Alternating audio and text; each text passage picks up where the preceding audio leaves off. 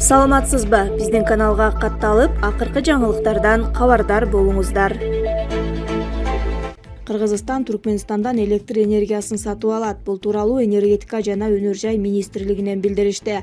Маалыматка караганда, быйылкы жылдын август-декабрь айларында Түркменистан Кыргызстанга 501,9 миллион киловатт-саат электр энергиясын жеткирет.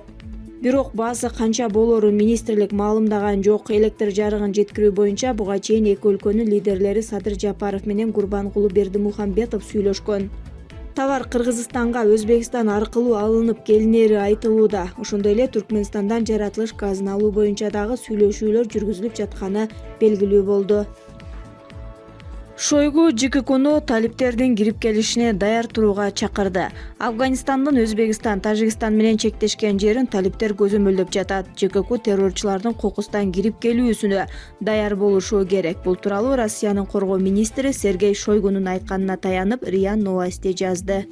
Афганистандын Өзбекстан, Тажикстан менен чек арасы Талибан кыймылынын көзөмөлүнө өткөн. Бул биз үчүн маанилүү. Афганистандан буга чейин чыккан коркунучтар ошол эле наркотрафик, террорчулардын биздин мамлекетке Тажикстан, Кыргызстан, Өзбекстан аркылуу кирүү коркунучу азыр азайып кеткен жок, деген Шойгу.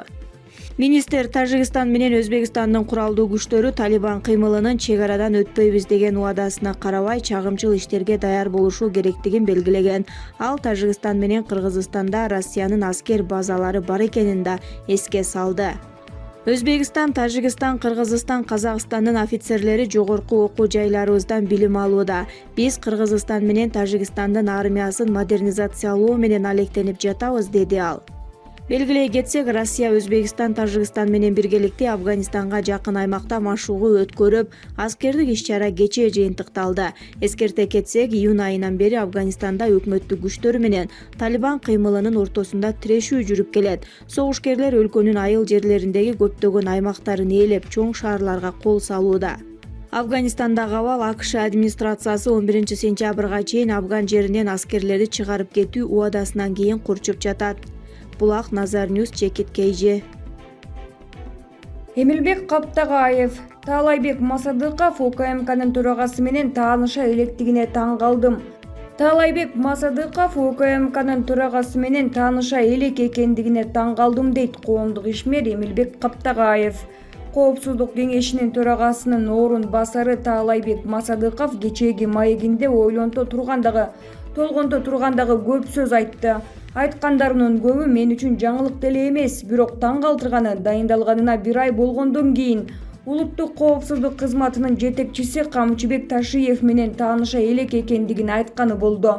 Негизи иштин тартиби боюнча кызматка киришкен күнү түшкө чейин секретариат жана анын жетекчиси генерал Иманкулов менен жолугуп, иш менен таанышып, ошол эле күнү коопсуздук багытында башкы орган болгон УКМКнын жетекчилиги, анын башчысы генерал-лейтенант Ташиев менен жолугуп, позицияларды тактоо, негизги көйгөйлөрдү аныктоо зарыл эле. Мамлекеттик кызматта 1 ай өтө чоң мөөнөт. Эми мынтип заводчуна таанышууга туура келип олтурат. Тилекке каршы, дейт Каптагаев. Булак Назар Ньюс, Чекит КЖ. Бириккен Улуттар уюму жер бетинде болуп көрбөгөндөй катастрофа болоорун эскертти. Буунун эксперттери жер бети аба ырайынын ысышынан артка кайткыс кургакчылык катастрофасына кабылат. Буунун климаттын өзгөрүүсү боюнча өкмөттөр аралык панелинин отчетунда айтылгандай, глобалдык жылуулук ушунчалык тездик менен өсүүдө. Ошондуктан жер жүзү 2030-жылы өтө маанилүү температуралык босогосун аттайт. Буунун башкы катчысы Антонио Гуттериш далилдер талашсыз. Казылган отундарды күйгүзгөн парник газдарынын чыгышы биздин планетанын тумчуктуруп, миллиарддаган адамдарды тобокелге салып жатат, деди. Глобалдык жылуулук бүт дүйнөгө таасирин тийгизет жана аны туруксуз кылат, дешет адистер. Климаттын өзгөрүшү жаан-чачындын көп болушуна жана аны менен байланышкан суу ташкынына, көптөгөн аймактарда катуу кургакчылыкка жана жээк аймактарында деңиз деңгээлинин көтөрүлүшүнө алып келет. Белгилей кетсек, акыркы бир нече жумада аба ырайынын кескин өзгөрүүлөрү болуп өттү. Суу ташкыны Европага, Кытайга жана Индияга зыян келтирди. АКШ, Канада, Греция жана Туркияда токой өрттөрү чыкты. Бириккен Улуттар уюмунун эксперттик тобу 20-30 жылдын ичинде планетада температуранын турукташтыруу үчүн парник газдарынын эмиссиясын масштабтуу түрдө кыскартуу зарылдыгын баса белгиледи. Антпесе адамзат жакынкы 20 жыл ичинде глобалдык жылуулукту 1,5–2 градус Цельсий деңгээлинде кармай албайт. Бул өз кезегинде айыл чарбасына жана ден соолукка олуттуу зыян алып келет. Булак Назар Ньюс, Жекит KG. Өзбекстанда оппозициялык партия президенттик шайлоого бойкот жарыялоого чакырды. Өзбекстанда быйыл октябрда өтө турган президенттик шайлоо Шавкат Мирзоев башында турган саясий топтун кезектеги эл көрсүн аракети. Бул тууралуу өлкөдөгү оппозициялык ЭРК партиясынын 9 августта жарыяланган билдирүүсүндө жазылган. Партиянын лидери Мухаммад Салихтин айтымында бул жолу да марионетка партиялар Ислам Каримовдун тушундагыдай президенттик кызматка өз талапкерлерин көрсөтүшөт. Ал партиялар диктатор Каримовдун атаандаштарындай болуп, добуштарын азыркы президент Мирзоевдин пайдасына беришет. Мирзоев реформаларды жасоого жөндөмсүз экенин көрсөттү. Өзбек эли Өзбекстандагы президенттик шайлоолордо дайыма альтернативдүү талапкерлер болуп келген. 1991-жылдагы алгачкы шайлоодо гана Ислам Каримовго чыныгы атаандаш катары ЭРК партиясынын лидери Мухаммад Салих чыккан. Анда расмий маалыматтар боюнча шайлоочулардын 12,7% добушун алган. Салихти көз карандысыз байкоочулар жеңүүчү деп аташкан. Эркчилер 1991-жылдагы шайлоонун жыйынтыктары бурмаланганын айтып келишет. ЭРК партиясы 2019-жылдагы парламенттик шайлоого жана быйылкы президенттик шайлоого катышууга аракет кылган. Бирок өлкөнүн юстиция министрлиги партияны расмий каттоодон өткөрүүдөн баш тартып, анын мүчөлөрү куугунтукка кабылган. ЭРК партиясы президенттикке талапкер катары көрсөткөн мурдагы ырчы Жахангир Атажанов быйыл июнь айында өлкө башчы кызматы үчүн ат салышуудан баш тартканын билдирген. Ал Instagram баракчасына ата-энеси тууралуу ойлонгондон кийин ушундай чечимге келгенин жазган. 2020-жылы январда Өзбекстандын юстиция министрлиги ЭРК партиясын каттоого алуудан баш тартып, өлкө аймагында ишмердүүлүгүн улантышына уруксат берген эмес. Өзбекстанда президенттик шайлоо быйыл 24 октябрда өтөт.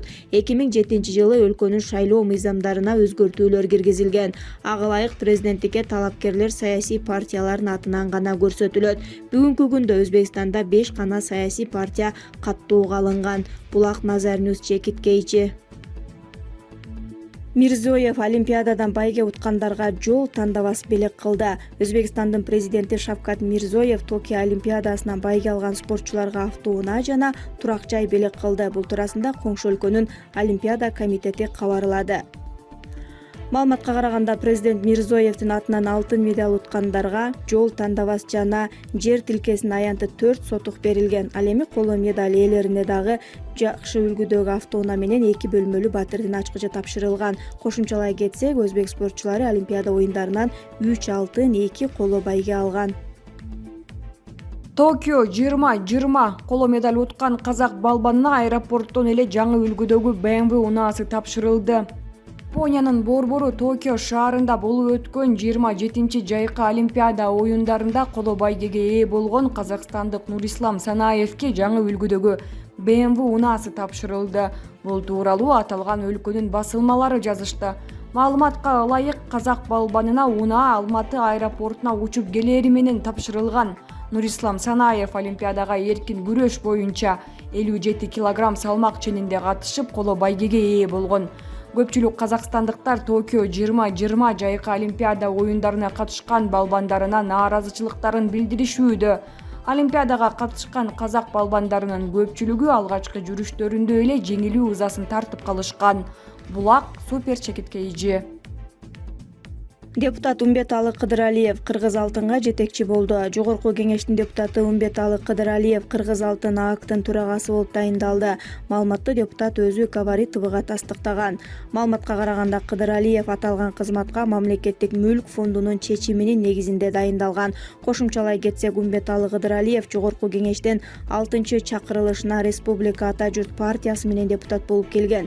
2017-жылы 8 февралда жогорку кеңештен отун энергетика энергетикалык комплекс жана жер казынасын пайдалануу боюнча комитетине мүчө болгон. Өстүбүздөгү жылдын февраль айында Комтөр компаниясынын ишмердүүлүгүн текшере турган депутаттык комиссияга мүчө болгон эле. Буга чейин Кыргыз алтынды Чолпонкулов Маратбек Абжалбекович жетектеп келген.